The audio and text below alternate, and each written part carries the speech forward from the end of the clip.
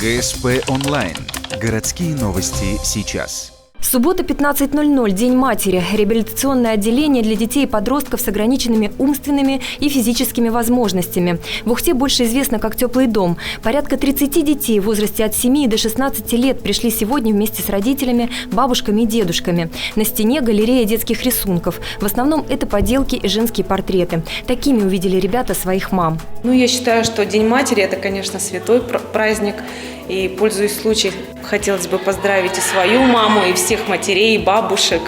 В общем, замечательный праздник, и спасибо руководителям за такую организацию. В общем, весело, здорово.